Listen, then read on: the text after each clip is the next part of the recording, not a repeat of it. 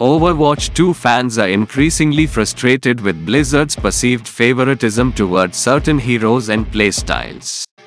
Many players feel that Blizzard's frequent balance updates and spotlight shifts favor specific characters, leading to an uneven playing field. This perception is exacerbated by changes that often seem to benefit popular or meta-driven heroes, while other heroes remain underpowered or neglected.